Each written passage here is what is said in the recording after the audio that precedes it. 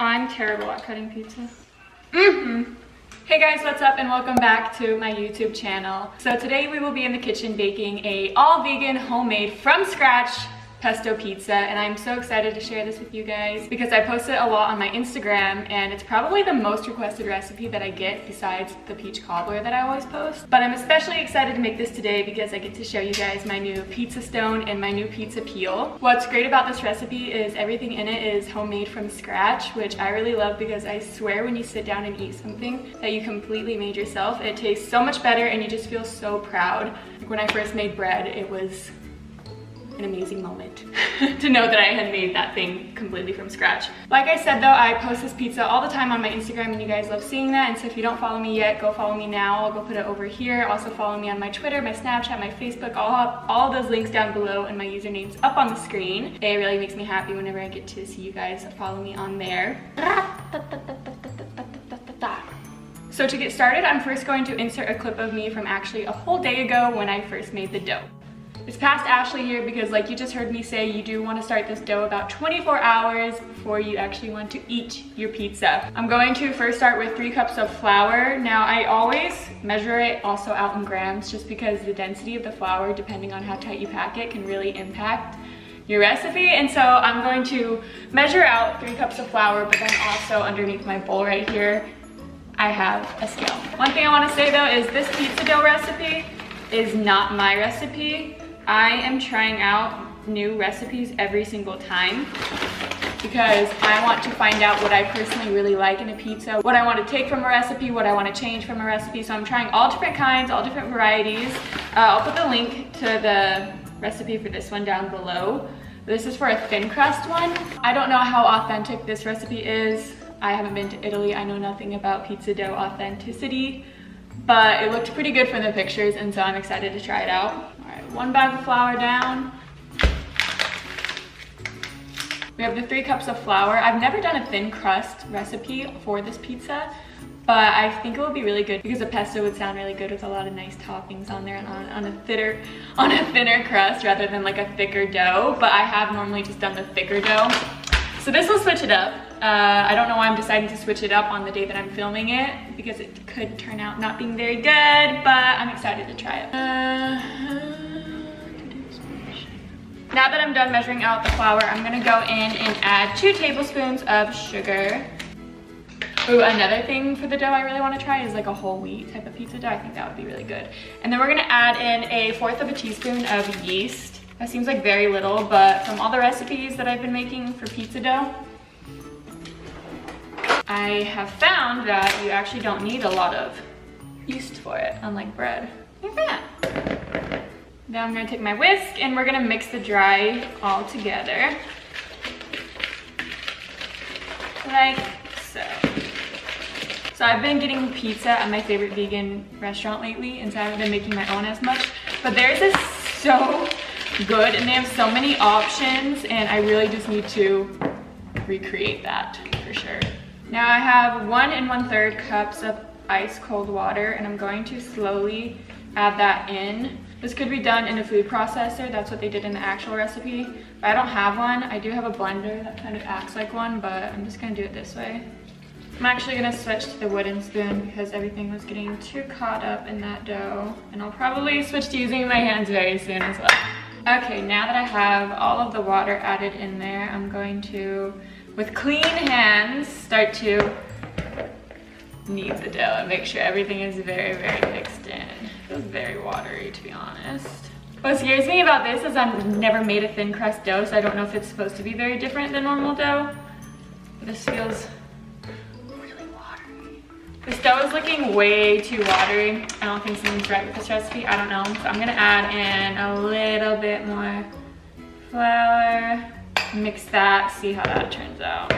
Because that was just liquidy. So I have my dough on the counter here. I added a little more flour, and now I'm gonna add a tablespoon of olive oil and about a teaspoon of salt and mix this in. And I should have kept it in the bowl, but whatever. Saw a video of some real Italian man mixing it all without a bowl. He would just put the flour, the dun-dun-dun, and that's like my goal one day. Maybe I am Italian deep down. I actually really want to get my background checked, I guess. That sounds terrible. But I mean, see where I'm from, what I have in me. Probably, actually I'm pretty sure it's pretty much white. If you guys had to guess, what would you say? I mixed it in pretty well, now I'm just gonna knead it a little. And now I will let future Ashley take it from here.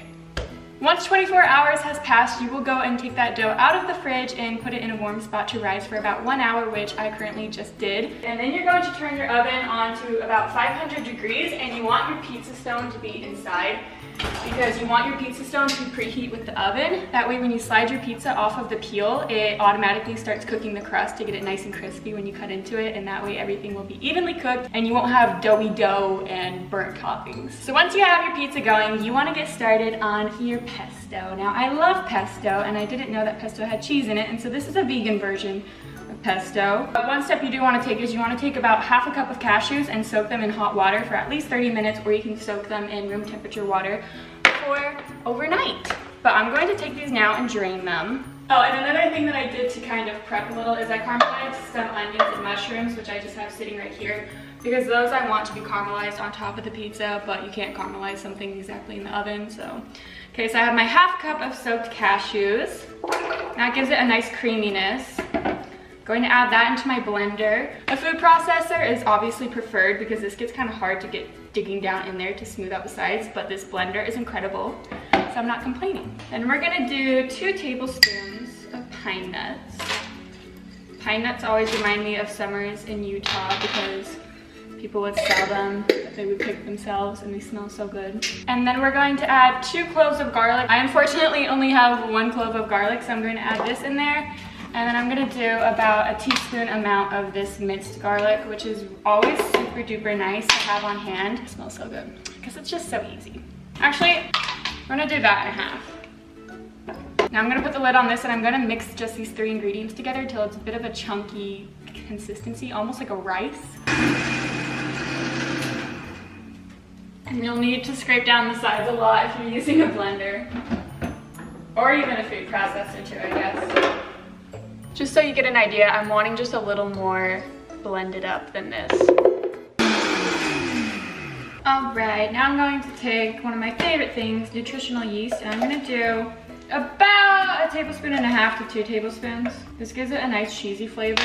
One thing I might try on this recipe, we'll see, is adding in a vegan parm that I have in the fridge.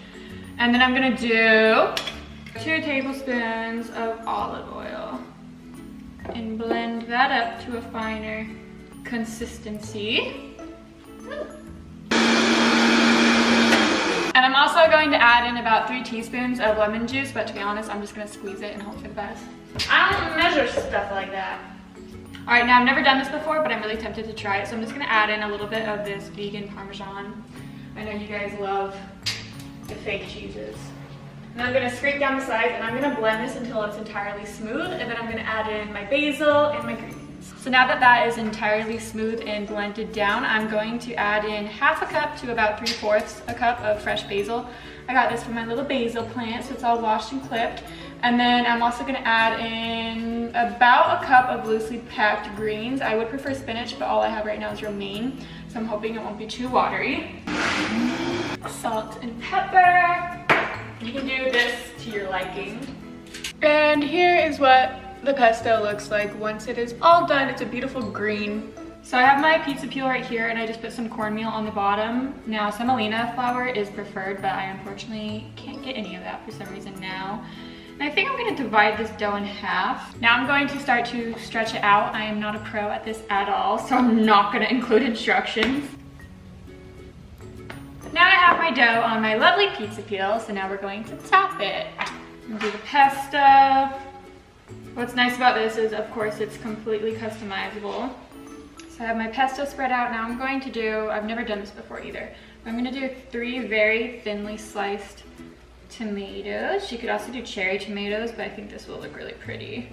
And then I went ahead and I lightly steamed some asparagus tips along with some really thinly chopped broccoli florets. I wanted to just go ahead and steam them because I wanted them to be really tender when you bite into it, and this will help with that.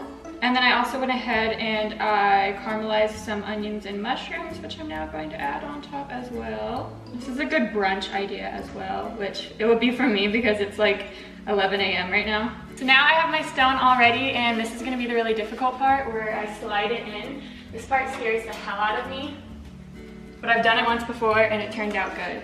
So I have my pizza.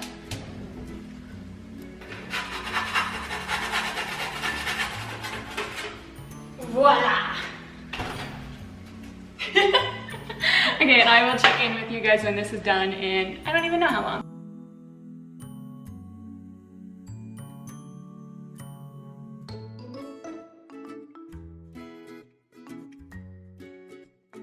And my beautiful masterpiece is done. So we're gonna try it finally. It looks really good and the crust looks definitely very crusty, but not too much.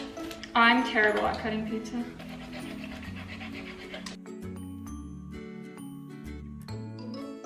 So good, the pesto is the perfect amount of lemon and basil and garlic.